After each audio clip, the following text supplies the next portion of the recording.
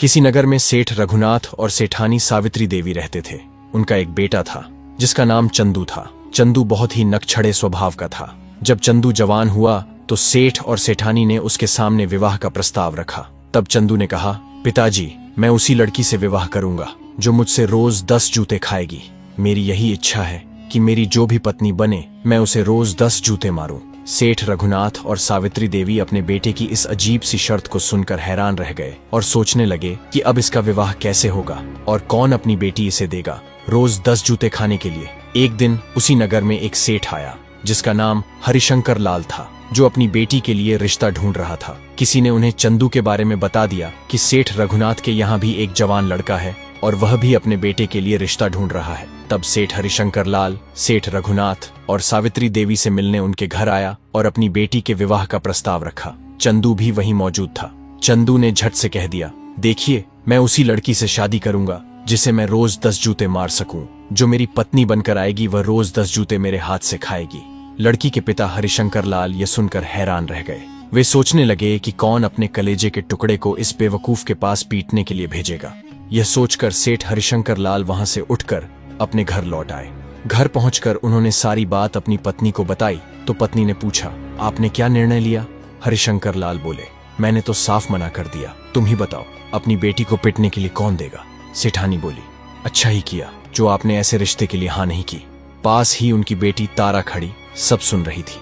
पढ़ाई लिखाई में होशियार तारा बहुत ही समझदार लड़की थी। उसने अपने पिता से कहा, पिताजी, मैं उसी लड़के से शादी करना चाहती हूँ।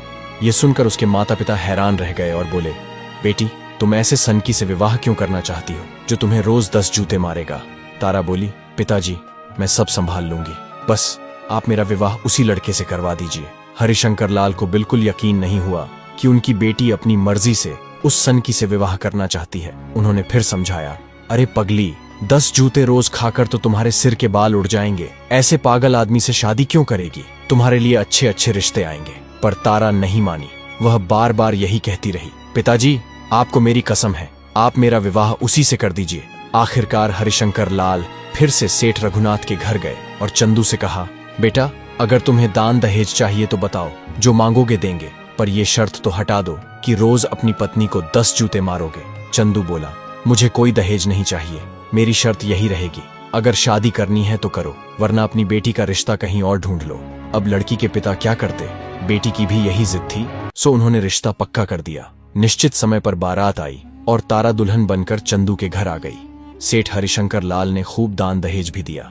उसकी सास ने उसकी नजर उतारी और गले से लगाकर अपनी बहू तारा का गृह प्रवेश करवाया। थोड़ी देर बाद तारा की सास सावित्री देवी ने उसे खाना खिलाया और रात को उसे उसके कमरे में छोड़कर आ गई। पहली रात तारा अपने बिस्तर पर बैठी अपने पति का इंतजार कर रही थी। तभी चंदू आया और अपने पैर से जूता निकालकर बोला, अपना सिर आगे करो, मुझे 10 जूते मारने हैं। तारा ने कहा, देखिए, 10 जूते तो आप मुझे मार लीजिए, मुझे कोई आपत्ति नहीं है। सब कुछ पता होने के बाद ही मैंने आपसे शादी की है, तो मैं इन 10 जूतों से नहीं डरती। पर आप मुझे एक बात बताइए, मेरे माँ बाप ने मुझे जन्म दिया, पाल पोस कर इतना बड़ा किया और इतना दहेज देकर मेरी शादी की, आज तक उन्होंने तो मुझे कभी एक भी जूता नहीं मारा, तो आप किस अधिकार से मुझे 10 जूते लगाएंगे? क्योंकि आपकी कमाई का मैंने अभी तक एक गिलास पानी भी नहीं पिया है। जो खाना मैंने खाया वह आपके पिता रघुनाथ सेठ की कमाई का था। आपकी कमाई का तो मैंने अभी तक कुछ भी इस्तेमाल नहीं किया है, ना ही कुछ खाया है, तो आप किस अधिकार से मुझे जूते लगाएंगे? पहले अपनी कमाई का कुछ खिलाओ पिलाओ, तभी तो तुम 10 जूते लगाने के हकदार हो पाओगे। यह सुनकर चंदू बिल्कुल चुप हो गया। वह सोचने लगा कि बात तो सही कह रही है, जो कुछ भी है वह सब उसके माता पिता की ही कमाई का है, क्योंकि उसने खुद तो अब तक कुछ कमाया ही नहीं। चंदू को अपनी पत्नी की बात सुनकर एक झटका सा लगा और वह अगले दिन अपने पिता के पास गया और अपने पिता को सारी बात कह सुनाई। चंदू की बात सुनकर रघुनाथ सेठ मन ही मन बहुत प्रसन्न हुए और अपनी प्रसन्नता छुपाते हुए बोले, बेटा, बात तो तुम्हारी बहू बिल्कुल सही कह रही है। हालांकि हमारे पास इतना धन है कि हमारी 7 पुश्तें बैठकर खा लेंगी, तुम्हें जिंदगी भर किसी काम की जरूरत भी नहीं पड़ेगी। पर बेटा, बात तो यही है कि इसमें तुम्हारी कमाई का कुछ भी नहीं है। चंदू को यह बात चुभ गई और उसने अगले ही दिन से व्यापार करने का निश्चय कर लिया। असल में उसके पिता रघुनाथ सेठ एक बड़े व्यापारी थे जो जहाजों पर माल लाद कर दूसरे देशों में खरीदने बेचने का काम करते थे। चंदू ने भी यही व्यापार करने की ठानी। उसने अपने पिता से कहा, पिताजी, आप मुझे बस एक जहाज दे दीजिए और व्यापार के लिए थोड़ा धन दे दीजिए। आप देखना, मैं बहुत जल्दी बहुत सारा धन कमा कर लौटूंगा। इतना कहकर चंदू ने अपने पिता से व्यापार की सारी जानकारी ली और व्यापार करने के लिए चल पड़ा। जाते समय उसने अपनी पत्नी तारा से कहा, तुम देखना, मैं जल्दी ही बहुत सारा धन कमा कर लौटूंगा। फिर उस धन से तुम्हें खिलाऊंगा, पिलाऊंगा और फिर पूरे अधिकार से जितना समय मुझे रास्ते में लगेगा, हर दिन के हिसाब से तुम्हें उतने ही जूते लगाऊंगा। यह सुनते ही तारा ने हंसते हुए कहा, ठीक है मेरे स्वामी, जब आप लौट कर आओगे तो मेरा सिर आपके सामने झुका होगा। जितनी मर्जी हो उतने जूते लगा लेना। चंदू सबसे विदा लेकर अपने जहाज में बैठकर व्यापार के लिए निकल पड़ा। उसके चेहरे पर उसकी घमंड भरी मुस्कान साफ झलक रही थी। उसके माता पिता को अब यह सोचकर संतोष हो रहा था कि उन्हें बहुत ही समझदार बहू मिली है, जो उनके बिगड़ैल बेटे को अवश्य ही सही रास्ते पर ले आएगी। इधर चंदू अपने पानी के जहाज में सफर कर रहा था। 3-4 दिन का सफर उसने तय कर लिया था। एक दिन चंदू ने एक बंदरगाह पर रुकने की सोची। फिर क्या था, उसने वहीं अपने जहाज को किनारे पर लगवाया और उस नगर का जायजा लेने के लिए बाहर निकल गया। जिस शहर में वह रुका था वह ठगों का शहर था। अभी वह कुछ ही दूर चला था कि उसने देखा सामने से एक आदमी लाठी के सहारे चला आ रहा है। जब वह आदमी उसके पास आया तो चंदू ने देखा कि उसकी एक आंख पर पट्टी बंधी हुई है, जिससे पता चलता था कि वह एक आंख से अंधा है। उस एक आंख वाले आदमी ने चंदू से कहा, इस बार तुम आए हो, तुम्हारे पिताजी नहीं आए। तुम्हारे पिताजी तो बड़े चालाक थे। चंदू बड़ा हैरान हुआ। उसने उस आदमी को कभी देखा भी नहीं था और वह अंधा उसे ऐसे पहचान रहा था जैसे उसे जानता हो। चंदू ने उस आदमी से कहा, मुझे तुम्हारे बारे में कुछ नहीं पता, जरा खुलकर बताओ। तब वह एक आंख वाला आदमी बोला, जब पिछली बार तुम्हारे पिताजी यहाँ आए थे तब मुझे पैसों की जरूरत थी। मैंने अपनी एक आंख तुम्हारे पिताजी के पास गिरवी रख दी थी और उनसे 10,000 रुपए लिए थे। अब मैंने 10,000 रुपए इकट्ठे कर लिए हैं। मुझे फर्क नहीं पड़ता कि बाप आया या बेटा, मुझे मेरी आंख चाहिए। ये लो अपने 10,000 रुपए और मेरी आंख वापस करो। ये सुनकर चंदू बहुत परेशान हो गया, क्योंकि उसके पास तो कोई आंख थी ही नहीं, ना ही उसके पिताजी ने कभी उससे इस बारे में कुछ कहा था। उसने उस एक आंख वाले से कहा, भाई, इस समय मेरे पास तुम्हारी आंख नहीं है, ना ही मेरे पिता ने मुझे इसके बारे में कुछ बताया है। जब मैं अगली बार आऊंगा तो तुम्हारी आंख जरूर लेता आऊंगा। इतना कहकर चंदू आगे बढ़ने लगा। तभी वह एक आंख वाला आदमी जोर जोर से चिल्लाने लगा और लोगों की भीड़ इकट्ठा कर ली। वह सबके सामने चिल्ला चिल्ला कर कहने लगा, ये मेरी आंख वापस नहीं कर रहा है, जबकि मैं इसके पैसे लौटाने को तैयार हूँ। मुझे अभी मेरी आंख चाहिए। और बोला, अगर इसके पास मेरी आंख नहीं है तो अपनी एक आंख निकाल कर मुझे दे। आसपास खड़े लोगों ने भी चंदू को घेर लिया और उस एक आंख वाले की आंख लौटाने का दबाव बनाने लगे। ये सब देखकर चंदू घबरा गया। उसे कुछ समझ में नहीं आया कि अब क्या करे। चंदू ने कहा, अभी मेरे पास इसकी आंख नहीं है, अगली बार जब आऊंगा तो इसकी आंख लेकर आऊंगा, मुझे जाने दो। लेकिन कोई भी उसे जाने देने को तैयार नहीं था। तभी वहां एक आदमी ने सलाह दी, अभी इसे कुछ पैसे देकर मामला निपटा दो। उस एक आंख वाले ने कहा, ठीक है, अभी तुम मुझे 5,000 रुपए दे दो, बाकी जब अगली बार आओगे तो मेरी आंख लेते आना। चंदू ने मजबूरी में उसे 5,000 रुपए दे दिए। वह आदमी पैसे लेकर वहां से रफू चक्कर हो गया। चंदू ने सोचा, चलो बला टली, 5,000 में ही पीछा छूट गया। चंदू यही सब सोचता हुआ नगर की तरफ आगे बढ़ रहा था। जैसे ही उसने नगर के द्वार में कदम रखा, सामने से बैसाखियों के सहारे चलता हुआ एक टांग वाला आदमी उसे अपनी तरफ आता हुआ दिखाई दिया। उस आदमी ने भी पास आकर वही बात कही, इस बार तुम्हारे पिताजी नहीं आए। तुम्हारे पिताजी तो बड़े चालाक निकले। तुम्हारे पिता के पास मेरी एक टांग गिरवी रखी है और इस बार उन्होंने तुम्हें भेज दिया, खुद नहीं आए। लेकिन क्या फर्क पड़ता है, बाप हो या बेटा, मुझे तो मेरी टांग वापस चाहिए। चंदू फिर से चक्कर में पड़ते हुए बोला कि मुझे तुम्हारी टांग के बारे में कुछ भी पता नहीं है। उस लंगड़े आदमी ने उससे कहा, बेटा, जब पिछली बार तुम्हारे पिताजी यहाँ आए थे तो मुझे कुछ पैसों की जरूरत थी, इसीलिए मैंने 8,000 में अपनी टांग तुम्हारे पिताजी के पास गिरवी रख दी थी। अब मेरे पास पैसे हो गए हैं, तुम अपने रुपए ले लो और मुझे मेरी टांग वापस कर दो। चंदू फिर से बहुत परेशान हो गया। उसे पिछली घटना याद आई और वह सोचने लगा कि अगर इस बार भी उसने मामला निपटाया नहीं तो यह आदमी भी भीड़ इकट्ठी कर देगा और बवाल करेगा। इसलिए उसने सोचा कि इसे भी कुछ पैसे देकर पीछा छुड़ा देना चाहिए। चंदू बोला, देखिए भाई साहब, अभी तो मेरे पास आपकी टांग नहीं है। जब मैं अगली बार आऊंगा तो तुम्हारी टांग लेकर ही आऊंगा, तब तक तुम कुछ पैसे लेकर मामला खत्म कर दो। उस लंगड़े आदमी ने कहा,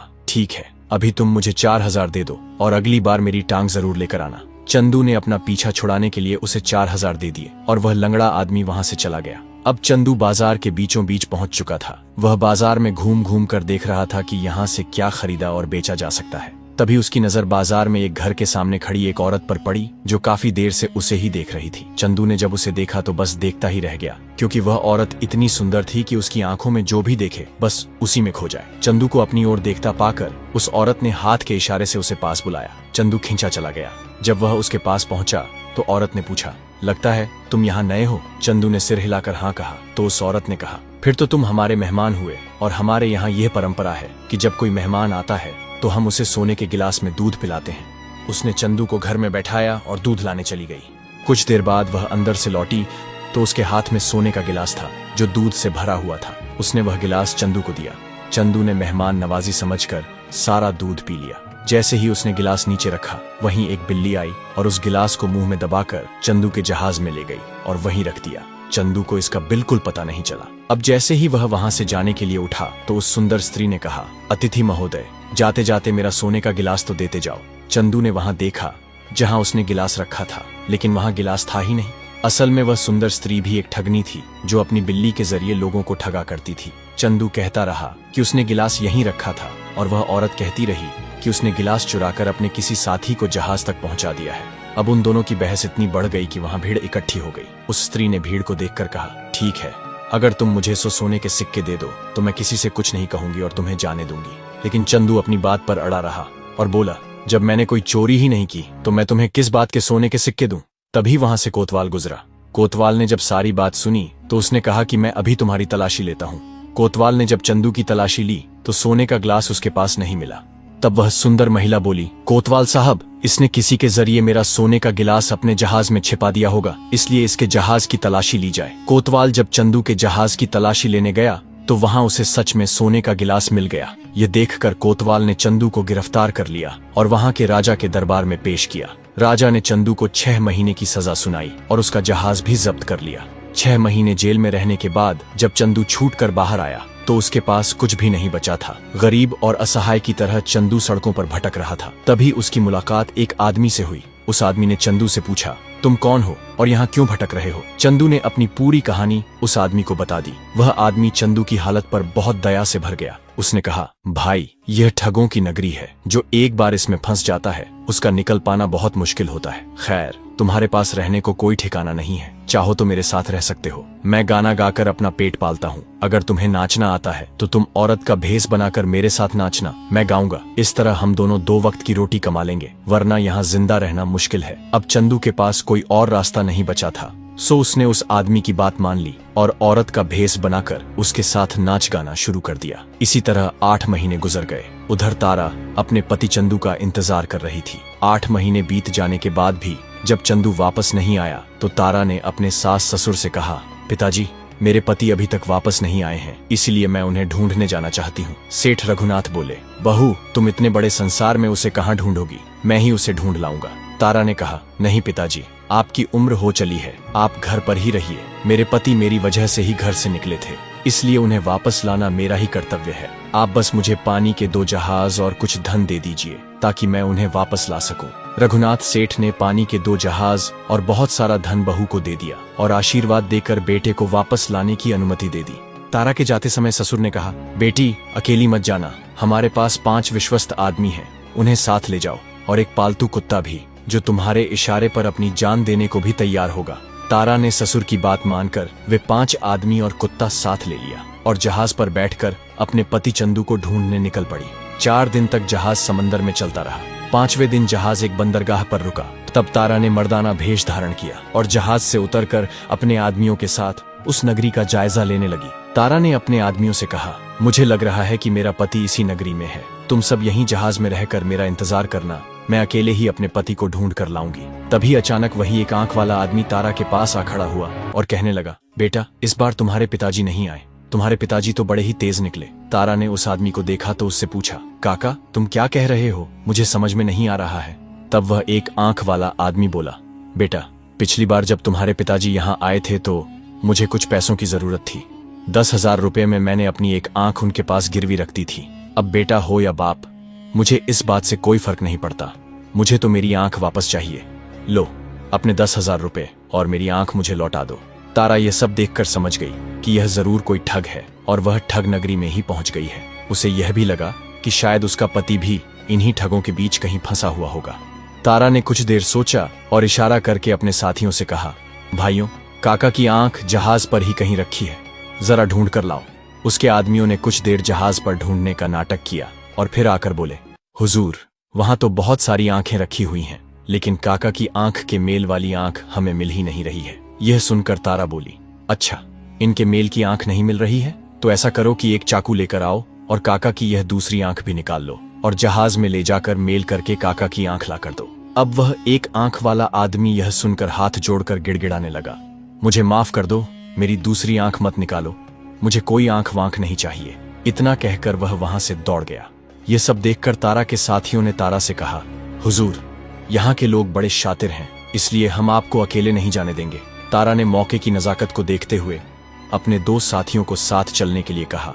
बाकी 3 साथियों से कहा, हमारे जहाज की भी तो रखवाली करनी है, सो तुम वहीं जहाज में छुप कर बैठे रहो पालतू कुत्ते के साथ।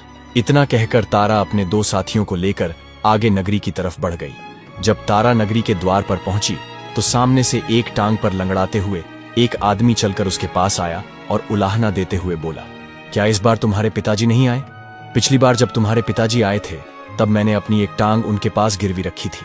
खैर बेटा हो या बाप, मुझे इससे कोई फर्क नहीं पड़ता, मुझे तो मेरी टांग वापस चाहिए। मेरी टांग मुझे लौटा दो और अपने 8000 ले लो जो मैंने तुम्हारे पिताजी से लिए थे। तारा समझ गई कि उसे फिर से ठगने की तैयारी हो रही है। उसने विनम्रता से कहा, काका, हमारे जहाज पर बहुत सारी टांगें लदी हुई हैं, पता नहीं पिताजी ने किस किस की टांग गिरवी रख रखी है। अब तुम्हारी टांग कौन सी है ये कैसे पता चले? इसलिए एक काम करो, अपनी यह दूसरी टांग भी हमें काट कर दे दो, जिससे मेरे आदमी जहाज पर जाकर तुम्हारी टांग का नाप मिलाकर सही टांग ला सकें। तारा ने अपने साथियों को इशारा किया और कहा, चलो काका की टांग काट लो। ये सुनकर उस लंगड़े आदमी के होश उड़ गए। वह हाथ जोड़कर बोला, रहने दो, मुझे मेरी टांग नहीं चाहिए, बस मुझे यहां से जाने दो। इतना कहकर वह एक टांग पर ही दौड़ गया और वह आदमी थोड़ी ही देर में आंखों से ओझल हो गया। तारा और उसके साथी ठहाका मारकर हंसने लगे। फिर तारा थोड़ी और आगे बढ़ी और बाजार के बीचों बीच पहुंच गई।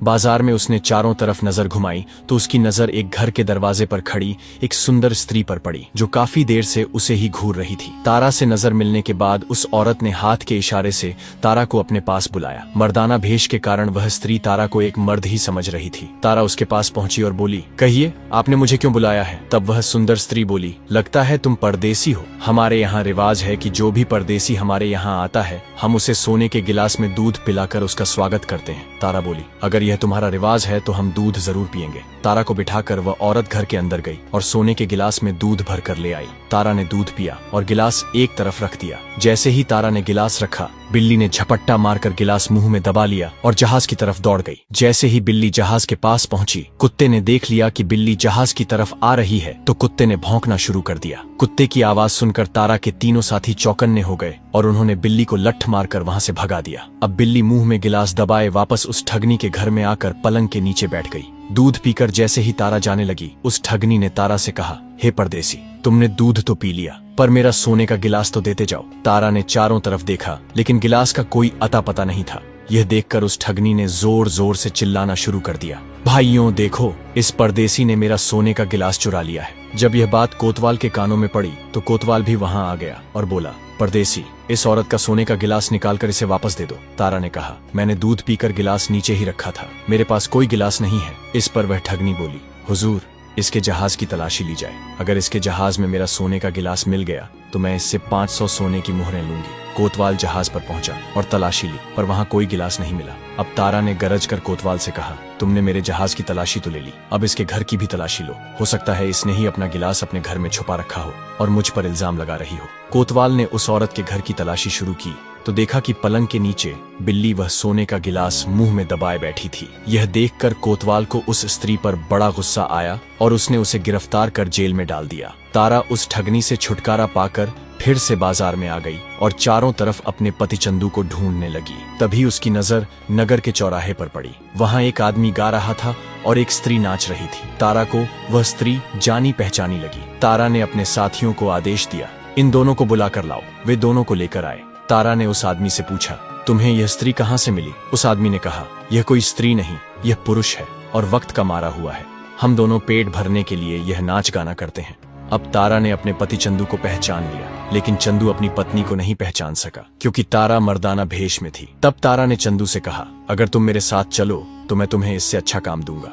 चंदू तैयार हो गया। तारा चंदू को अपने जहाज पर ले आई और उसे नहाने के लिए पानी दिया। साथ ही उसके स्त्रियों वाले कपड़े उतारकर एक बक्से में रख दिए और उसे चमचमाते हुए पुरुषों वाले कपड़े पहनने को दिए। अब चंदू फिर से अपने पुराने अवतार में आ गया था। चंदू बहुत खुश था कि चलो अब इस नरक भरी जिंदगी से छुटकारा मिला। तारा ने चंदू से कहा, देखो चंदू, मुझे व्यापार के लिए 10 दिन के लिए बाहर जाना है। मैं एक जहाज लेकर जा रहा हूँ और तुम मेरे इस जहाज की रखवाली करोगे।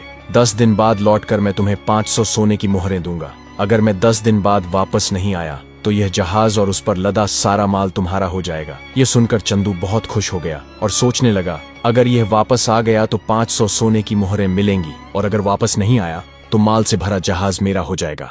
उसने झट से हाँ कर दी। अब तारा अपने साथियों के साथ वापस लौट चली और अपने सास ससुर को अपने पति के मिलने की सूचना दी। यह खबर सुनकर वे बहुत खुश हुए। इधर चंदू को जहाज में 12 दिन बीत गए और जब तारा वापस नहीं आई तो चंदू ने सोचा, अब तो सौदागर वापस नहीं आएगा, अब यह माल से भरा जहाज मेरा हुआ। यह सोचकर वह जहाज लेकर अपने घर की ओर चल पड़ा। 4 दिन के सफर के बाद चंदू अपने घर पहुंच गया। घर पहुंचते ही उसने हिसाब लगाना शुरू कर दिया कि इतने दिन वह घर से दूर रहा। 10 जूते रोज के हिसाब से कितने जूते बनते हैं। हिसाब लगाकर चंदू जूता लेकर तारा के पास पहुंचा। अब भी उसका घमंड कम नहीं हुआ था। उसने बड़े घमंड से सीना चौड़ा करते हुए तारा से कहा, तुम्हारे पिता ने सारी जिंदगी में इतना धन नहीं कमाया होगा जितना मैं कमा कर लाया हूँ। यह सुनकर तारा की हंसी छूट गई। उसे हंसते देख चंदू को जैसे आग लग गई। वह बोला, तुम क्यों हंस रही हो? अपना सिर आगे करो और जूते खाने के लिए तैयार हो जाओ। तारा बोली, जूते तो मैं नहीं खाऊंगी। चंदू ने गुस्से से कहा, क्यों, तुम अपने वादे से मुकर रही हो? तारा ने कहा, क्या सच में यह धन तुम कमा कर लाए हो या फिर किसी सौदागर ने तुम्हें खैरात में दिया है? यह सुनकर चंदू के पैरों के नीचे से जमीन खिसक गई। तारा ने पास रखा बक्सा खोलकर दिखाया जिसमें चंदू के स्त्री वाले कपड़े रखे थे, जिन्हें पहनकर वह चौराहे पर नाचता था। उन कपड़ों को देखते ही चंदू शर्म से पानी पानी हो गया और आश्चर्य से अपनी पत्नी की ओर देखने लगा। तारा ने कहा, जो सौदागर तुम्हें मुसीबत से निकाल कर लाया था, जिसने तुम्हें माल से भरा जहाज दिया, वह कोई और नहीं बल्कि मैं ही थी। यह सुनते ही चंदू का घमंड चकनाचूर हो गया। वह हाथ जोड़कर तारा से माफी मांगने लगा और बोला, भाग्यवान, इस बात को यहीं दबा दो, किसी और को मत बताना कि मैं इस हालत में फंसा था। तारा हंसते हुए बोली, तो जनाब, अब आप 10 जूते नहीं मारेंगे? अब चंदू की सारी अकड़ निकल चुकी थी। उसने हाथ जोड़कर कहा, भाग्यवान, चाहो तो तुम मुझे रोज 10 जूते मार लिया करना, बस इस राज को राज ही रहने देना। इस कहानी से हमें यह सीखने को मिलता है कि जो खुद को बहुत चतुर समझकर दूसरों को बेवकूफ बनाता है, असल में वही सबसे बड़ा मूर्ख साबित होता है, क्योंकि सच्चाई और समझदारी आखिर में सब पर भारी पड़ती है। तो दोस्तों, आपको यह कहानी अच्छी लगी हो तो इस चैनल को सब्सक्राइब करें। ऐसी और कहानी देखने के लिए बने रहे।